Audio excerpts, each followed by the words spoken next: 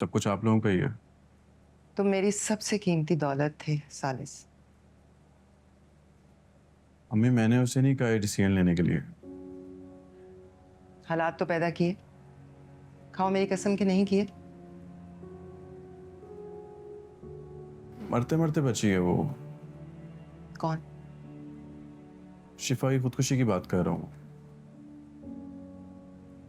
शिफा की खुदकुशी के डर से तुम वफा का मर्डर कर दोगे, क्योंकि उस गरीब का कोई नहीं है जो उसकी दाद रसी करे, उसकी तरफ से तुमसे सवाल करे, है ना? कैसी बातें कह रही हैं अम्मी? कसम से मैंने कुछ नहीं कहा। मैं तो खुद इस सिचुएशन में फंसा हुआ हूँ। कुछ वार हथियार से नहीं किए जाते, अमल से किए जाते।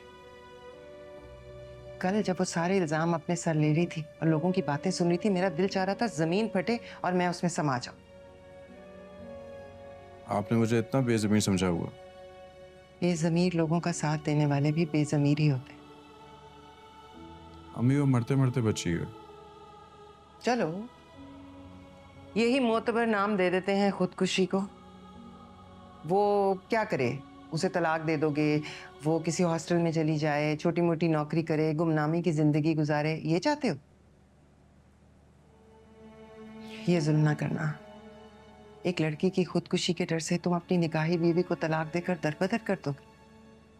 सो सकोगे उसके बाद, हंस सकोगे, खा पी सकोगे? जमीर की मार बहुत जोर की लगती है मेरे बच्चे। मैं क्या करूँ अम्मी? मेरा दिल तो खुद दो हिस्सों में बटा हुआ है। जो मैं कहूंगी मानोगे? मुझे अंदाजा है आप क्या कहेंगे। उम्र भर के लिए नहीं, बस वक्ती तौर पर ठहर जाने का कहती हूँ। मैं तुम्हारी माँ ही नहीं, तुम्हारी दोस्त भी हूँ। इस वक्त मेरा कहना मानो, खामोश हो जाओ, चुप साध लो। वफा के इसरार करने पर, शिफा के पुरजोर इसरार पर भी अभी वफा को तलाक मत दो। कभी कभी वक्त की तरतीब में बड़े बड़े राज, बड़े बड़े फैसले छुपे होते हैं। मैं तुमसे वादा करती हूँ, उसके बाद मैं तुमसे गिला नहीं करूंगी, किसी किस्म का इसरार भी नहीं करूंगी। तुम तुम दे देना उसे तलाक, पर फिलहाल खामोश।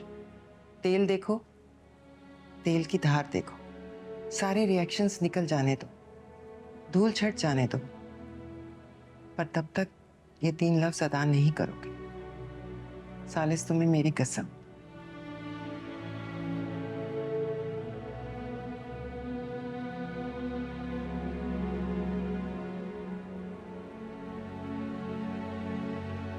नहीं रहंदा